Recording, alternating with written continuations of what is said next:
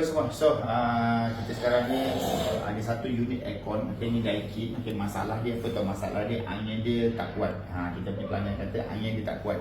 So biasanya kalau kita on aircon ni, dia kata angin tu boleh pergi jauh lah. Boleh duduk sana tu dah boleh rasa dia punya angin dia.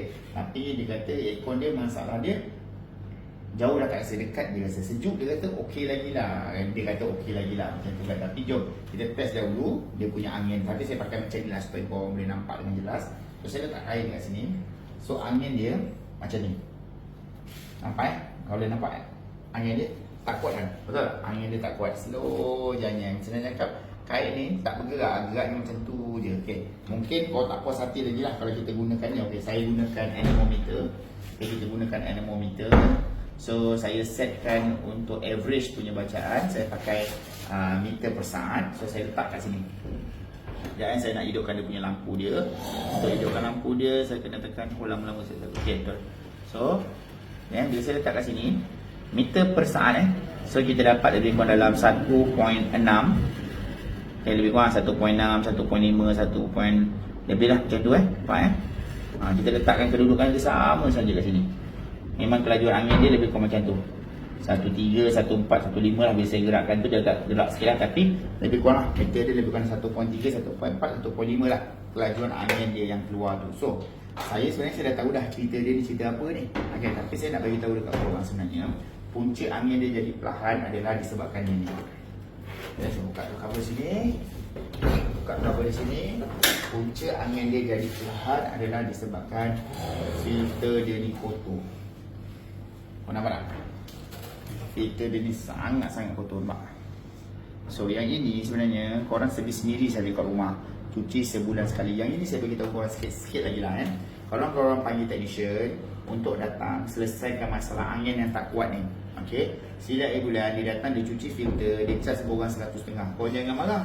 Okay, korang jangan marah. Okay, itu adalah standard dia punya charge dia. Okay, kita buka dulu dia punya filter. Kita biarkan cooling coil dia macam ni. Kita uji sekali lagi dia punya kelajuan angin dia. Okay, saya pakai kain dulu lah. Saya pakai kain dulu. Sekarang kau boleh nampak tak kain tu macam mana dia punya berombak dia. Dia nampak tak dia punya kain macam mana berombak dia tu. So dekat sini pun saya rasa korang dah tahu dah memang angin dia ni kuat. So kita pakai anemometer. Kita letak kat sini.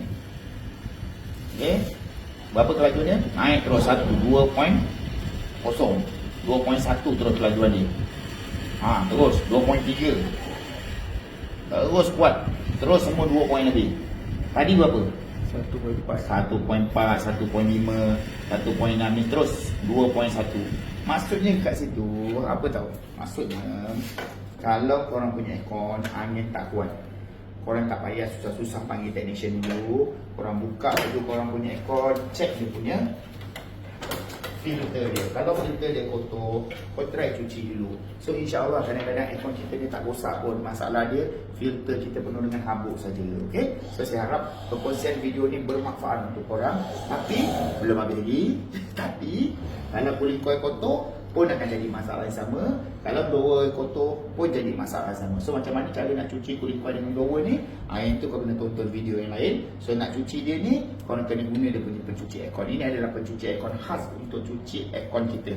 Kerja dia senang. Kalau beli dekat belakang pun ada dia punya video tutorial. So mana nak dapat? Boleh dekat dalam TikTok shop kita. Kalau korang tonton dekat Rumah Biru, tengok dekat ruang komen ada link pembelian. Alright?